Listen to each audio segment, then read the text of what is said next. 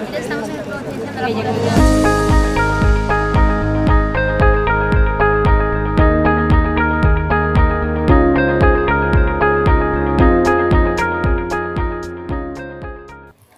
Bueno, hace un día espectacular para estar paseando y para rivalizar contra el calor.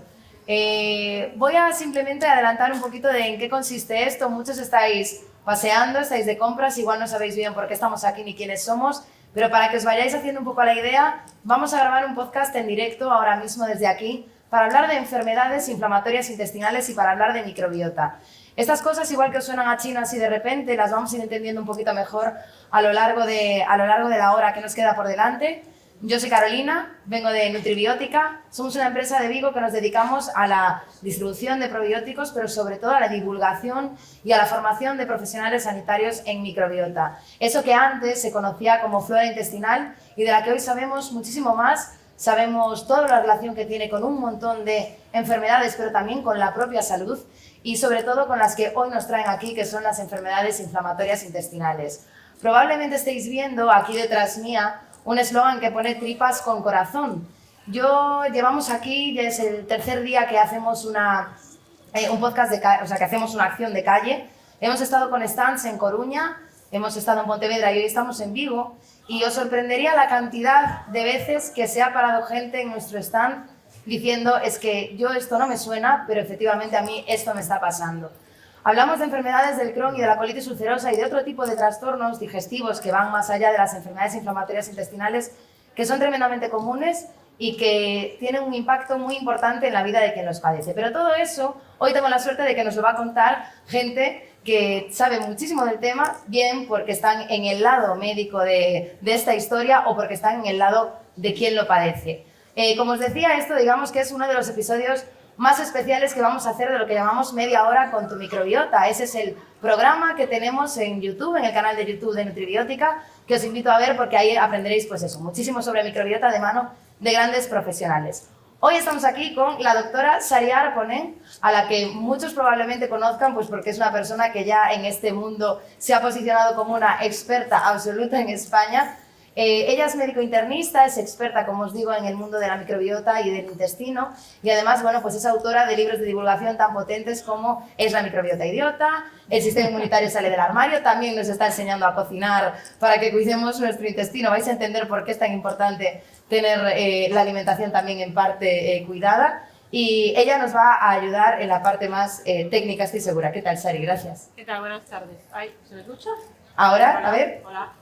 Ahora sí. Sí. Pues, Estoy acompañada. Buenas tardes, Sari. Gracias por estar aquí. También está Vito Di Lorenzo. Vito tiene una doble vertiente por la que está hoy aquí. Nosotros somos Nutribiótica y normalmente, pues sí que es verdad que él está en la parte más externa, más de gestión de la empresa, pero prácticamente ningún proyecto empresarial nace de la nada. Todos nacen de alguna historia. La historia de Vito es que también fue paciente, es paciente, y sabe lo que es esto de enfermedades inflamatorias intestinales, pues porque es eso, aparte de ser CEO de Nutribiótica, él tiene colitis ulcerosa y entiende perfectamente, pues a partir de ahí, qué es esto de la microbiota y por qué es tan importante entenderla. Y luego tenemos a dos personas a las que me hace pues muchísima ilusión tener conmigo, que son Víctor Loira y Ángela Paz, dos personas que probablemente sean las que más hayan hecho por la gente que tiene enfermedades inflamatorias intestinales. Ya no os digo aquí en Vigo, ya no os digo aquí en Pontevedra, cuanto más en España. Ellos están al frente de una asociación que se llama ASEI, ahí tenéis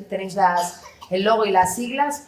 También tenemos muchísimo material pues eso, de divulgación que os vais a poder llevar con su contacto y que sepáis que eso, su asociación ha conseguido grandes avances, sobre todo a nivel informativo y de recursos para las personas con enfermedad inflamatoria intestinal y ellos llevan la bandera de visibilizarlas. Entonces, hechas las presentaciones, chicos, gracias por estar aquí con nosotros hoy. Gracias a ti. Quedaos hasta el final porque luego vais a poder preguntar todo lo que queráis, de verdad. Nos encantaría que todas las personas que os vais parando por aquí os interesa este tema, por favor preguntéis y contéis un poco también de vuestra experiencia. Pero Sari, vamos a empezar un poco por la parte médica, por la parte explicativa, porque sí que hemos notado mucho estos días en los stands que hablamos de enfermedad inflamatoria intestinal y la gente nos pone un poco cara de póker, pero sin embargo le hablas de Crohn, le hablas de colitis, bueno, parece que sí que son términos que llaman un poco más la atención.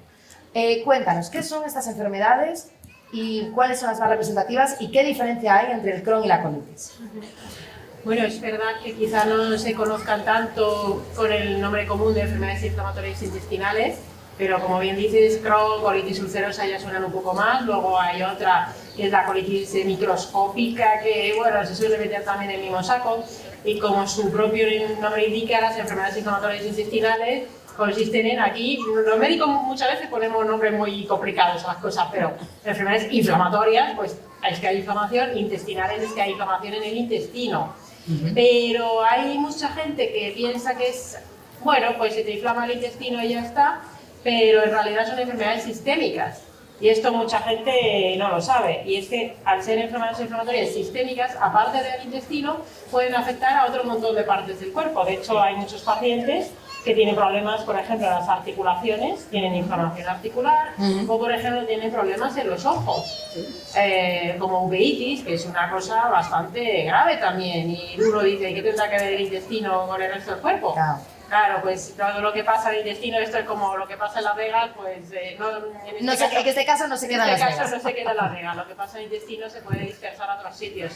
Y también en la piel puede haber problemas. ¿Y qué es lo que sucede? Que, bueno, pues uno puede ser relativamente joven y de repente un día levantarse y encontrarse con que empieza con diarreas, con que empieza a tener fiebre, pérdida de peso, sangrado.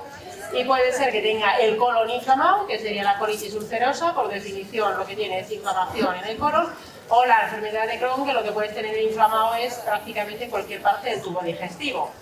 Y aunque sí que hay unos criterios diagnósticos que en general se acaba diagnosticando, hay gente que puede estar muchos meses mal, con problemas y que no le den el diagnóstico. Y claro, luego te encuentras con que te dan el diagnóstico y te dicen, nada, tienes el intestino inflamado, además lo vas a tener para siempre y tómate estos fármacos. Claro. Y luego pues uno tiene un montón de dudas y dice, vale, ¿y qué más puedo hacer? ¿Cómo tengo que comer? ¿Cómo me puedo cuidar para estar mejor? ¿Qué tiene que ver la microbiota con esto? ¿Qué son esos microorganismos que tenemos en nuestro cuerpo, verdad? Y aquí considero que Nutribiótica hace una labor muy grande haciendo estas acciones, al igual que las asociaciones de los pacientes, porque cuando tienes un problema de salud crónico, puedes hacer mucho por cuidarte, más allá de que tengas que tomar o no un fármaco. Puedes cuidar tu microbiota, tu alimentación, y por eso también estamos hoy aquí, para que todo el mundo sepa que la salud debería estar en nuestras propias manos antes que en las manos del médico. Y claro, bueno, yo soy médico, pero considero que el médico debe ser un guía y luego hay otras muchas cosas que podemos hacer, ¿no? De hecho, tú hablabas ahora de muchas veces ese infradiagnóstico. Se han dicho, Sari acaba de relatar un par de síntomas. Yo estoy segura de que muchos de los que estáis aquí, si os hago levantar la mano si en algún momento habéis tenido un síntoma parecido, probablemente lo hayáis tenido alguna vez. Quien no ha tenido diarrea en algún momento, quien no ha tenido una hinchazón abdominal, quien no ha tenido molestias, pero la cosa cambia cuando eso es crónico y excesivo, ¿no? Entonces, por ejemplo, Vito, a mí me gustaría preguntarte y que nos contaras un poco, pues tú, que eras una persona joven cuando debutaste en la enfermedad. Todavía lo es. Bueno, efectivamente, efectivamente sí, pero cuando hablamos de ese momento, como es antes, perdonadme... era muy joven. Eras muy joven, efectivamente. ¿Con cuántos años debutaste? Con 25, ahora tengo 38, son casi 13 años, no, ya son 13 años que, bueno... ¿Tú cómo recuerdas eso?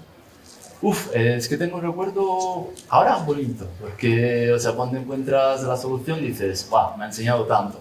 Pero en principio fue un calvario, fue porque yo recuerdo, era cuando me di cuenta de que estaba empezando el debut de esta enfermedad, era un fin de año, era un 31, que tenía que salir con los amigos y de repente estoy mal, y esto hubo este debut de la enfermedad con una diarrea bastante potente. Claro. Y ahí, pues, como lo comentó Sari, fue aquí es tu enfermedad, esto es el medicamento, pues nos vemos dentro de X meses.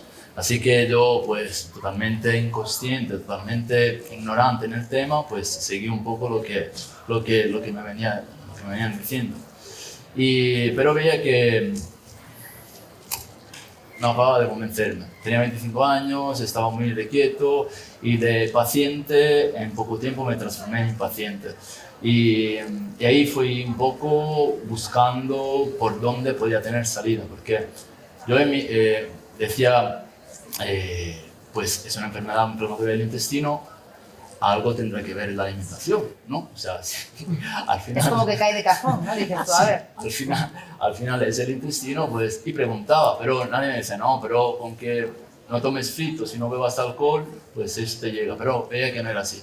Así que, afortunadamente, estudié una carrera en ciencias y afortunadamente eso me daba la posibilidad de un poco poder investigar por mi propia cuenta. Y fue cuando empecé a investigar la relación entre las enfermedades inflamatorias intestinales, entre la colitis ulcerosa y la microbiota, la utilización de probióticos en esto y pues empecé a probar conmigo mismo, si así podemos decirlo. Probar no, porque al final estaba todo escrito, simplemente había que leerlo, pero sí, o sea, empecé a tomar probióticos y fue ahí cuando me cambió todo definitivamente. Incluí la alimentación y empecé a poder tolerar todo, a poder comer otra vez todo, a poder volver a hacer deporte. O sea, con cuenta que yo ahora donde me ves, aunque soy joven y delgado, peso 65 kilos y llegué a pesar 40, o sea que estaba muy mal, para no decir otro término. Es que yo si hablamos de deporte, además tú ahora decías, pues precisamente, claro, a lo largo de que uno va avanzando en su enfermedad, avanzando en el tratamiento de la enfermedad, también se permite, pues eso, o sea, tiene capacidad de nuevo, un poco más de energía para hacer más cosas. Claro, yo pienso en deporte y pienso en Víctor. Víctor es una persona que aquí donde la veis, Víctor tiene Crohn, es una persona que está ostomizada y ya nos vas a contar tú todo lo que has hecho a nivel deportivo porque es que yo ya me pierdo. Bueno, gracias por invitarme a estar aquí. Yo debuté en 2001-2002, me pasó como Vito. Te dicen que tienes una enfermedad que se llama Crohn, que es autoinmune, no toda la vida, y que mires en internet. Entonces en esa época te cae el mundo encima, pero poco a poco todo lo negativo lo pasa a positivo ahora, porque gracias a eso aprendí a comer, aprendí a vivir, aprendí a llevar una enfermedad, a tomar más cosas como otra filosofía. O sea que me dio bienestar general. Aparte de las partes buenas, sí me quedo con la... Bueno, aparte de las partes malas, sí me quedo con las buenas. Yo soy un tío inquieto, no soy deportista inquieto por naturaleza, soy puro nervio, ¿no?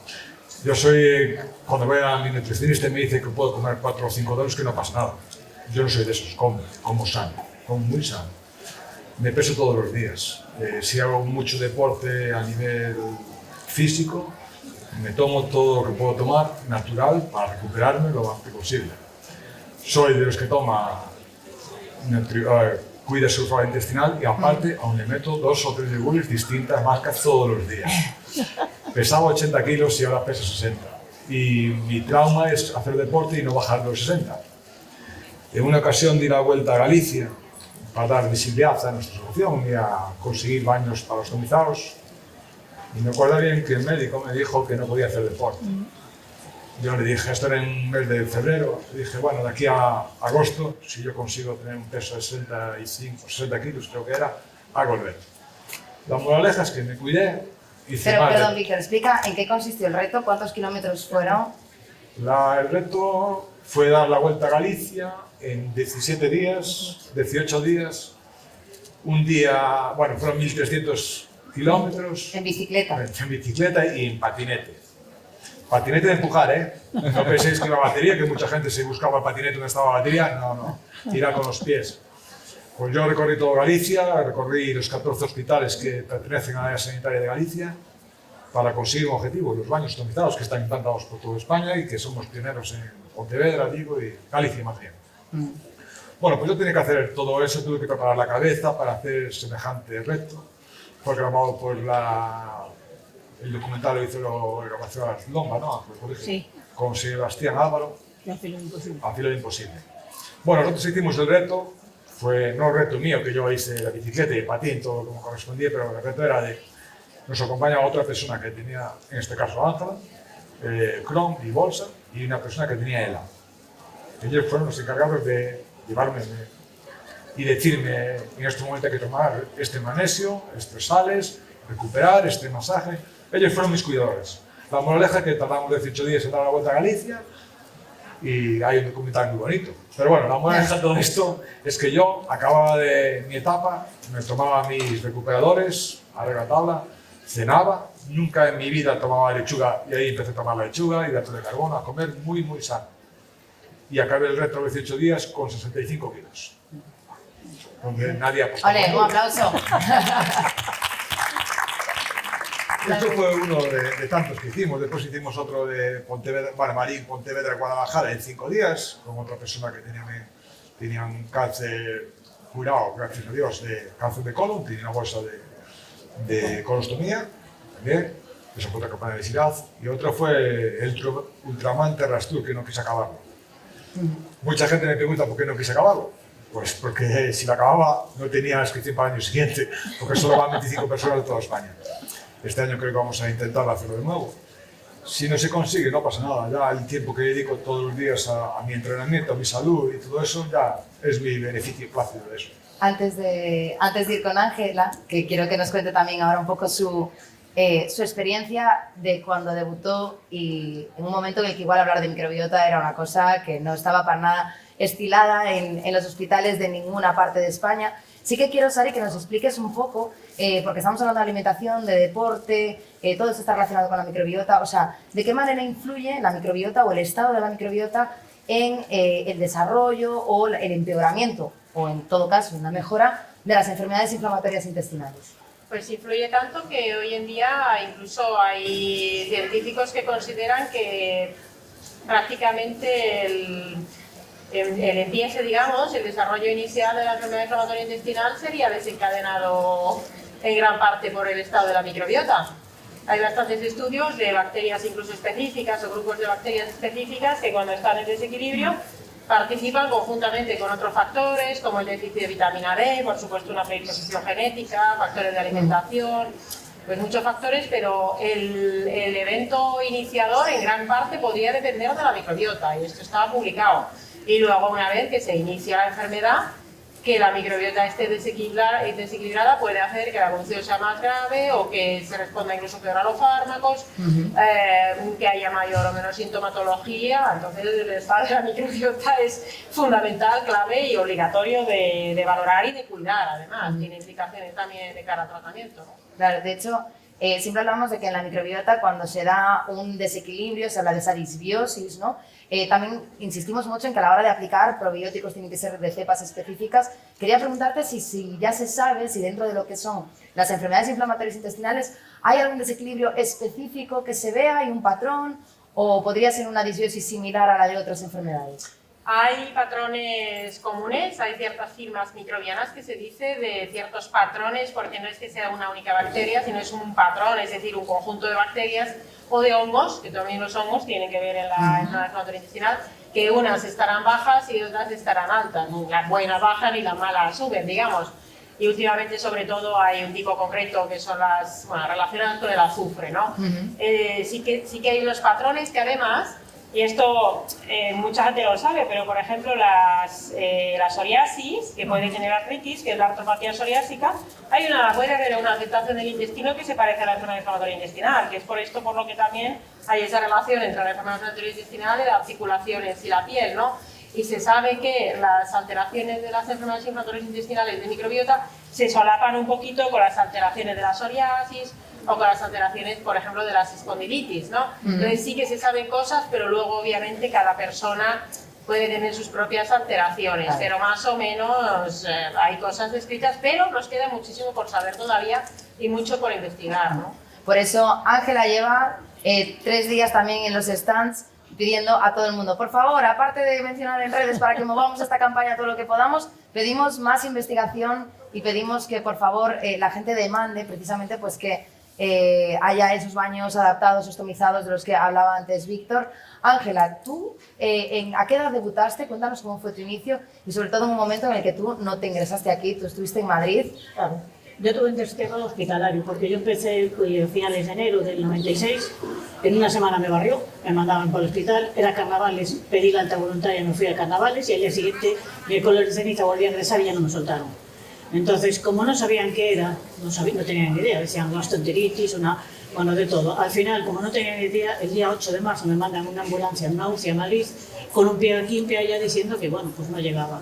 Me quedé en los huesos, cuando llegué allá, lo que hicieron fue, no conocían de microbiota, no existían, estamos hablando en el 96. Claro. Aquí en Galicia se mandaba mucha gente de aquí al Ramón y Cajal a Madrid.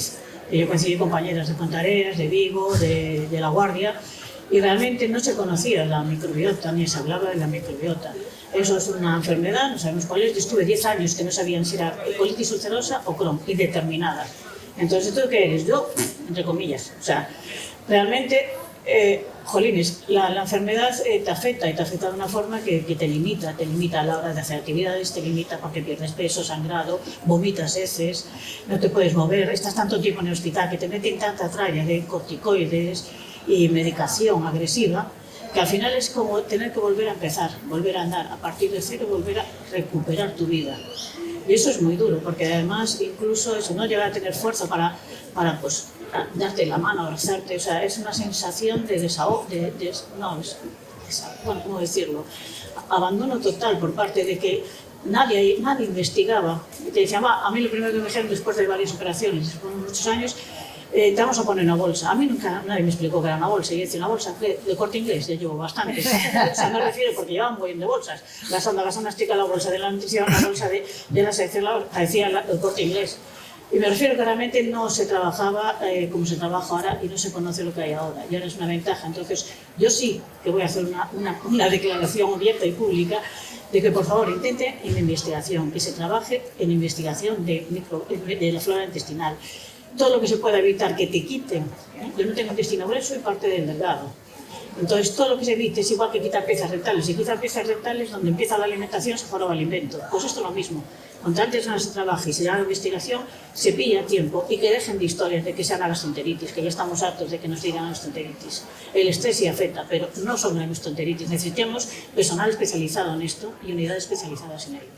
A lo largo de estos días, a lo largo incluso de esta tarde, se han parado diversas personas que nos han contado sus testimonios, nos han contado sus casos, y no es la primera que sí que nos dice esto de, no, es que yo lo que me cansé es de que me dijeran que es que esto es estrés, que es que, bueno, no te preocupes, no tienes nada, las pruebas salen bien, la analítica está bien, o sea, ha habido muchas veces en ocasiones gente que ha tenido que hacer caminos muy largos y muy duros hasta que le han dado con el diagnóstico. ¿Por qué pasa esto, Sari? ¿Por qué a veces es difícil llegar a un diagnóstico de estas enfermedades o por qué de manera, yo no digo que con mala fe, pero muchas veces igual con falta de una perspectiva médica un poquito más amplia, por qué se le reduce o se le da la culpabilidad al paciente de no, es que esto es que te estresas tú mucho, o esto es que, bueno, te obsesionas tú mucho con el estómago?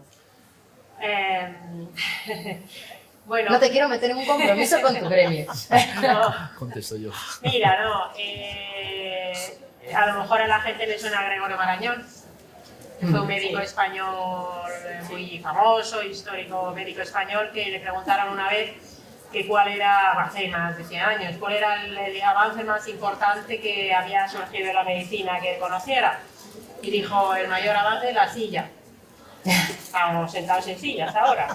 ¿Por qué la silla? Y yo sigo diciendo que la silla sigue siendo el mayor avance.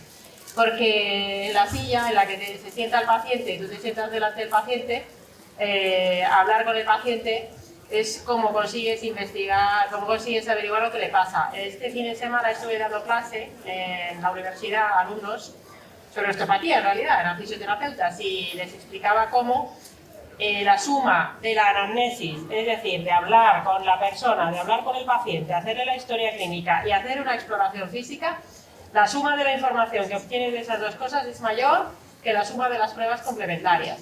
Entonces, para hacer un buen diagnóstico, a lo mejor tú tienes que sentarte con el paciente y estar 1 hora o 2 horas hablando con el paciente y preguntándole cosas. Claro, ¿qué médico en la sanidad pública hoy en día tiene ese rato para hablar con el paciente? Bueno, para empezar, tienes un montón de burocracia, que no es para justificar, pero si estamos en un no, pero hay que sistema entender donde el contexto. Sí, hay sí. mucha burocracia, donde hay poco tiempo para hablar con el paciente, donde hay una serie de cosas que te exigen que rellenar un montón de datos en el ordenador, pedir pruebas, y parece que lo más importante son las pruebas en vez del paciente. Entonces, si tuviera más tiempo para de verdad hablar con el paciente, preguntarle qué le pasa, que te lo cuente todo, conseguir construir una relación médico-paciente, que luego, no sé si os habrá pasado a vosotros, pero en muchos sitios también pasa que a lo mejor te ve un médico distinto cada vez que vas a la consulta. A mí me pasa, por ejemplo, cuando yo hacía la especialidad y hacía VIH, pues los residentes que veíamos en la consulta del VIH, pues estabas ahí 3 meses. Pues cada vez que venían los pacientes a la visión serían un médico nuevo, que tenía que mirar la historia. Eso tampoco ayuda demasiado. Entonces, si hubiera una medicina slow de verdad, de que pudiéramos hablar más con los pacientes, mirar al paciente en los ojos, que el paciente te lo cuente todo, preguntar también sobre la alimentación, también el estrés, porque también influye, y hacer luego un seguimiento de ese mismo médico, eso ayudaría, además de tener otros profesionales como nutricionistas. Pero si tú tienes 5 o 10 minutos y haces la prueba, si miras la prueba, si además a lo mejor no estás actualizado en microbiota porque todavía no está, digamos, metido en el sistema, pues hombre, yo en 5 minutos tampoco, bueno, a lo mejor puedo hacer una orientación, porque yo ya voy muy así, como los Miura, ¿no? Pero hay muchos factores que tienen que ver, ¿no? Pero quizás la falta de tiempo y luego unos esquemas mentales muy rígidos sin tener en cuenta que todo lo que nos hacemos a nosotros mismos nos influye en nuestra salud y nuestra microbiota, influye, ¿no? Pero está claro que para conseguir una mejor atención hace falta más tiempo también, que a lo mejor no es el médico el que tiene que estar 1 hora hablando, a lo mejor es el nutricionista o la enfermera, incluso otros profesionales de ayuda. Hacer equipos un poco multidisciplinares, ¿no? Que también es algo que desde Nutribiótica decimos siempre para intentar que pues, esa atención sea un poco más completa, ¿no? Vito, tú esto lo has podido hablar con muchos profesionales, ahora quiero intentar dar pues, como la vuelta y dar la parte positiva también. Sí. Hay muchos profesionales que yo creo que se están sumando a este carro. Nosotros en Nutribiótica consultamos de manera seguida a mucha gente, a muchos profesionales para explicarles un poquito mejor todo este mundo de la microbiota y de los probióticos. ¿Notas en los que por lo menos sí que están más metidos en este campo? Bueno, ¿qué diferencias notas? O sea, ¿dónde crees que estamos, hacia dónde estamos caminando y cuáles crees que son las fortalezas en este sentido? A ver, cuando empecé todo esto, hace casi ya 7-8 años, la verdad es que el nivel de conocimiento profundo en el campo de la microbiota era poco a nivel de los profesionales. Sí se prescribía algún probiótico, pero no era nada específico, digamos. Era, si tienes diarrea, pues tómate esto. Y he visto a lo largo de estos años, porque bueno, aunque ahora me dedico más a la parte administrativa, o sea, sigo yendo a visitar a muchos profesionales, la verdad es que muchos se han subido al carro. ¿Por qué? Porque han visto de que el paciente mejora, y tengo que reconocer que también, no solamente en la sanidad privada, también en la sanidad pública hay muchísimos profesionales de que están entendiendo de que a lo mejor hay algo más que hacer. Y sí, están respondiendo positivamente. Obviamente hay que tener en cuenta de que cierto tipo de suplementación tiene un coste y pues a lo mejor no es posible para todos acceder a esta tipología de tratamiento. Pero bueno, o sea, yo creo que si empezamos a trabajar un poquito más en la alimentación preventiva, a lo mejor ciertas cosas, ciertas enfermedades, o sea, no desarrollarían tanto como vemos hoy en día. Sí.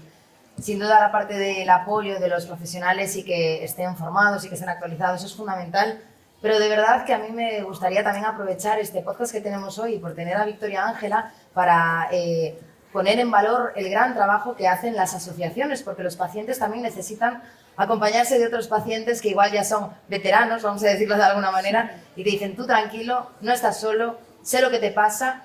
Y a mí también me pasa, o sea que no te preocupes, Ángela. No sé si nos puedes contar un poco, lo hemos hablado muchas veces tú y yo, además de lo joven que ahora es la edad de debutar en la enfermedad. Y para la gente joven hay un problema como añadido, que es esa parte social, esa parte psicológica, que afecta mucho cuando uno de repente pues, no le queda otra que ir al baño 10 veces en un día, y eso pues, muchas veces le supone recluirse y tener un impacto muy grande en sus relaciones sociales. ¿Cómo lo vivís desde la asociación y cómo les ayudáis? Pues se vive de una forma a veces dura en el sentido, porque realmente apoyando lo que dices Ari y comentabas tú también, equipos interdisciplinares, no hay no hay psicólogos pediátricos, no hay psicólogos para este tipo de patologías, no hay unidades pediátricas y sí hay nutricionistas, pero falta trabajar en equipo, hacer sesiones clínicas y trabajar en equipo un poco más y invertir en ese tiempo. Porque cuando llaman es muy triste escuchar que se ocultan y se tapan, ¿verdad? Detrás de un teléfono y el teléfono como que les da el telón y sueltan todo. Y es maravilloso por un lado porque está descargando, pero otro es muy triste escuchar lo que están diciendo, ¿no? Que no tienen vida social, que no quieren salir de casa, su relación con su pareja se pierde, el miedo a comer, el miedo a relacionarse y la agresividad que suelen soltar.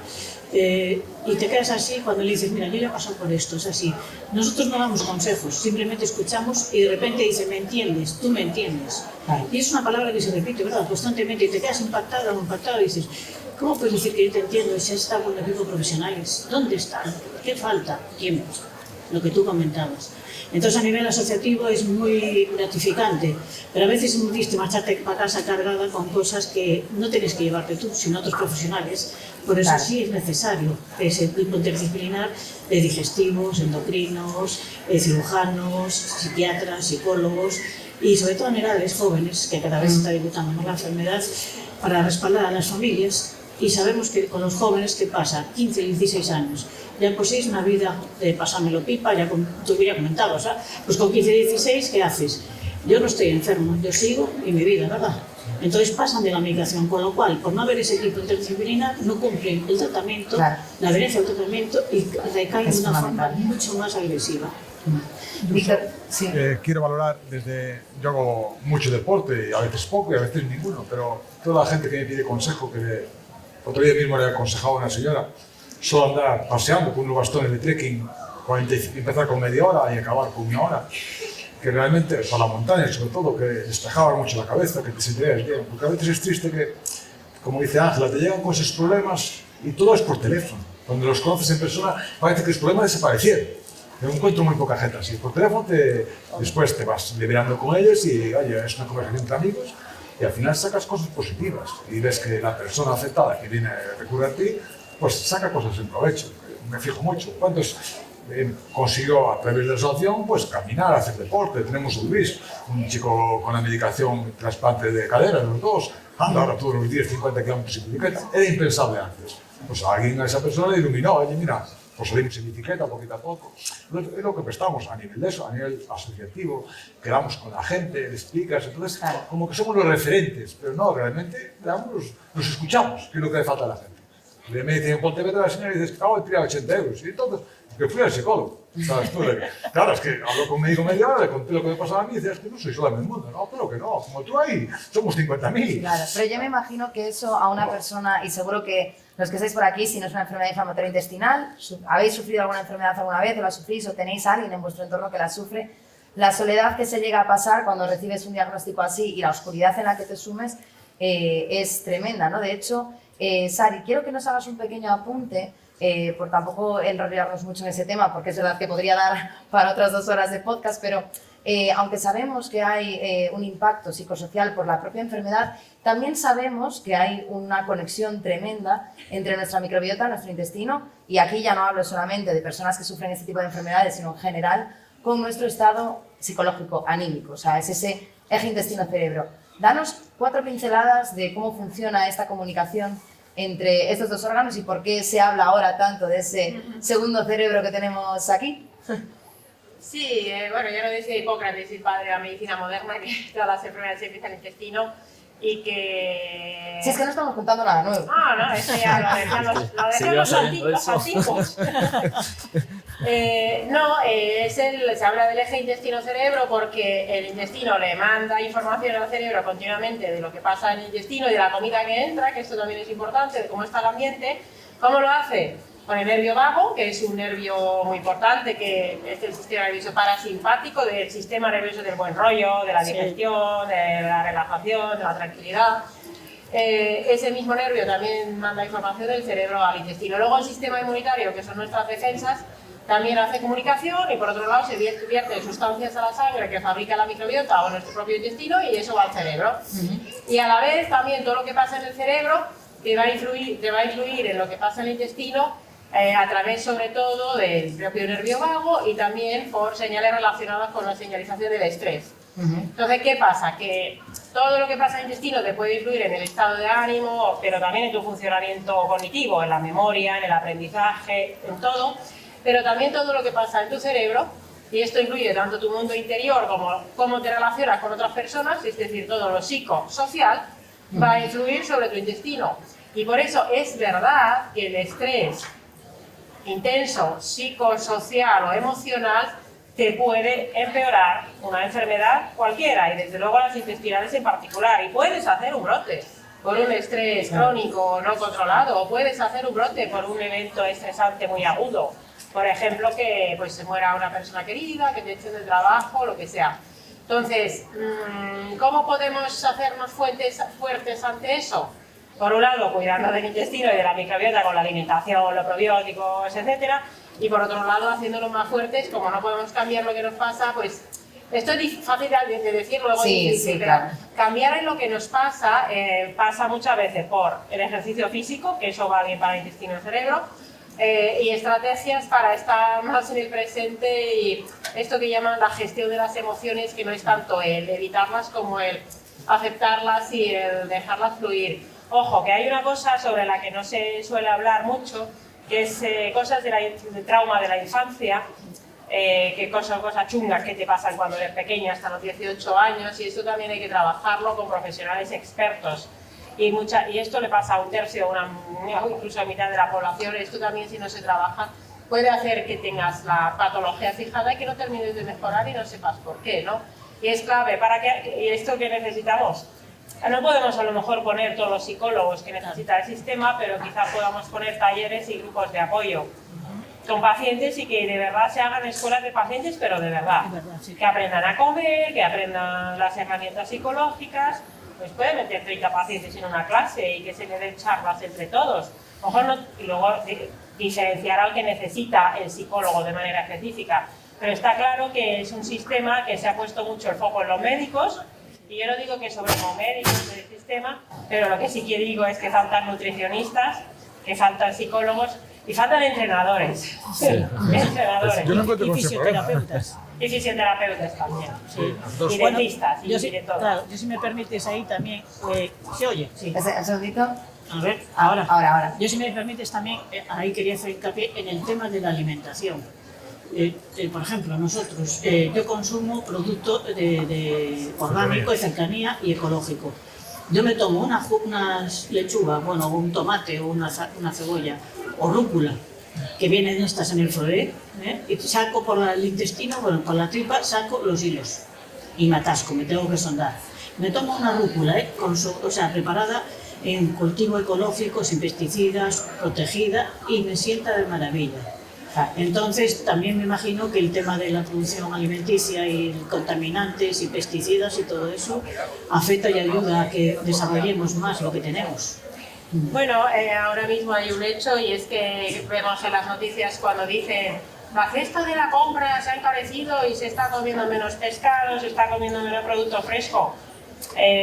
Claro, ahí está el problema, que deberíamos conseguir una atención sanitaria adecuada y de calidad que pase por todos estos factores para la gente que no se lo puede permitir, porque y esa es la inmensa mayoría de la población. Y más, si tienes que elegir entre ¿y qué hago? Si necesito el dentista, el psicólogo, el nutricionista, el entrenador y una cesta de la compra orgánica, y cada vez tengo menos pasta porque hay una inflación que nos come, ¿qué hago? Me voy al procesado. ¿Me muero el asco? No, me voy al procesado. Pues eso. Por eso Entonces, siempre se habla también del impacto socioeconómico en la salud y en la enfermedad, de que más allá de todos los otros factores, el nivel económico también afecta. Vamos a poder después, una vez terminemos con la grabación, bueno, pues aquí estamos para que también nos preguntéis todas las dudas que queráis con respecto a la enfermedad de una manera más concreta, pero a mí me gustaría cerrar hablando un poco de la parte del entorno, de la familia, de los amigos, de todo lo que tiene que ver con eso que nos apoya y que también eso es una parte fundamental para sobrellevar la salud. Y como muchas veces cuando de una enfermedad se habla desde un punto de vista pues, malo, de todo lo negativo que se vive, de las sensaciones duras, de todo ese momento duro, pero yo me gustaría que cada uno de vosotros, Vito, Víctor y Ángela, nos dejaseis una experiencia o una anécdota en la que vuestra familia o alguien de vuestro entorno, bien sea un amigo, quien sea, haya sido bueno, pues un apoyo fundamental y os haya ayudado y os haya aportado, pues por lo menos decir, yo me quedo con esto bueno de la enfermedad y es que esta persona ha estado aquí para mí. Vito, por ejemplo. Vale. A ver, cuando descubres que tienes la enfermedad, o sea, de repente te ves al fondo de un pozo, mirando hacia arriba y decir, ¿y ahora qué hago? Y ahí es cuando te llega la mano tendida de una persona o de varias personas y es cuando pues, puedes decidir si cogerlo o no cogerlo, porque a veces también la alteración del eje intestino-cerebro hace de que dices, no quiero a nadie, quiero estar solo. Pero sí, ahí, o sea, las personas que más estuvieron a mi lado fueron Raquel, mi pareja, que ella ha estado a lo largo de todos estos años. Ella ha estado conmigo el día en que todo esto se presentó. Y después, mis padres, en particular recuerdo un evento de mi padre que una de las crisis que tuve, donde no podía ni subir las escaleras, yo tenía 26 años, 27 años, me pilló, o sea, de persona adulta, me cargó a brazos y me llevó arriba a ir al hospital. Son emociones fuertes, o sea, que recuerdas después con mucho cariño y con muchas... pero bueno, o sea, cuando estás ahí te ves bastante hundido. O sea, bueno, pero con esa parte nos quedamos, sí, ¿no? Ese apoyo sí. y esa mano que lo que dices tú que también hay que saber coger. exactamente. Víctor, ¿tú? Yo soy de los ¿Qué que experiencia opina, nos cuentas? yo soy de los que opina de que cuando, en mi caso, cuando yo me diagnosticaron Crohn, al final no sufre Crohn el enfermo, es todo el contorno. Según tengas el contorno en casa, va a irse mejor o peor.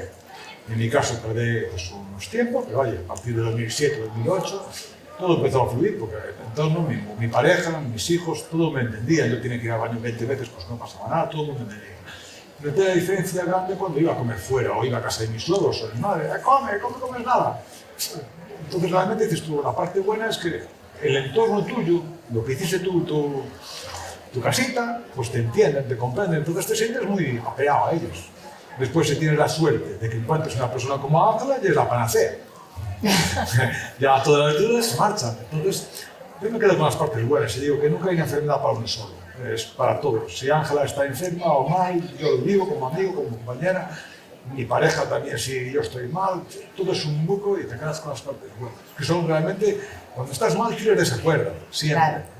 Yo siempre digo, yo escucho muchas veces, sobre todo a Ángela, hablo con ella por teléfono y sé si está bien o no está bien. Y viceversa. Y viceversa. Ese es el complot que tenemos, que no hace falta estar todos los días juntos, simplemente con llamarnos, una WhatsApp, nada, llamarnos, escucho, está fastidiado, hoy no vamos a poder. Esa empatía y ese apoyo. Claro, al final tienes que hacer tu entorno bonito, agradable. Yo soy muy sec, muy sec. O sea, soy muy vegetado. Eres nervioso pero zen. Sí, sí, un poco las dos cosas. yo anoche me siento, juego con mis perras y tal, y no hay prisa. Mi mujer me dice, es que quedamos a las 9 para cenar y entras para casa a las 9:30, 10. Tranquila, que el mundo no se acaba, hay que ir muy serio. Vida tranquila. Sí, vida sí, sí. tranquila. Y pues ya hay momentos que hay agobio, entonces hay que gestionar eso. Hay que aprender a gestionar eso. Es difícil, ¿eh? A veces yo ni lo consigo. Pero bueno, a base de repetirlo y de intentar practicarlo. Ángela, ¿y tú? Pues yo antes de empezar, qué experiencia, decir que realmente esta enfermedad es un tabú. Gracias a la época victoriana, inglesa, prohibido lutar, prohibido entrar pedos, es cierto. Entonces estamos que el que caga parece que es prohibido. Es un tabú, es un problema social y se oculta esta enfermedad. Yo cuando debuté, pues tuve un destierro sanitario, como decía. El 8 de marzo nos meten en una ambulancia con Madrid, se sube mi madre con lo que tenía puesto y nos vamos para allá.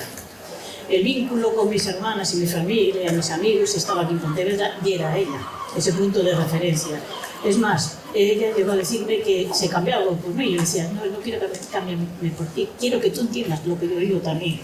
Y levantar los ojos y mirarla todos los días en una silla, apoyar con una caja, que al final creó una amistad con las enfermeras, porque tengo muchos años allí, mucho tiempo, meses. Era maravilloso abrir los ojos y verla. Yo, cuando no descansaba, miraba y la veía así, a la inversa, y a la misma que me movía, pero también una cosa maravillosa con ella.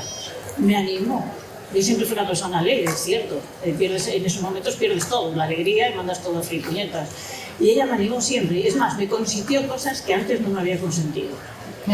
Yo de hecho hacía maquillaje de efectos especiales y cosas de este tipo, y llegó hasta el punto, yo no comía, estaba con nutrición.